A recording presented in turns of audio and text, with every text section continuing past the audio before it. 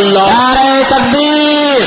دوستو والعاقبۃ للمتقین، اور آخرت میں اچھا انجام پرہیزگاروں کے لیے ہے. اعلی حضرت کا آخری پیغام عشق رسول اور پرہیزگاری ہے. بے شک اس پر عمل کرو. تب تو مشن پر اعلی حضرت کے عمل کر رہے ہو. اعلی حضرت زندہ باد کا نعرہ لگانا صحیح ہے. السلام علیکم.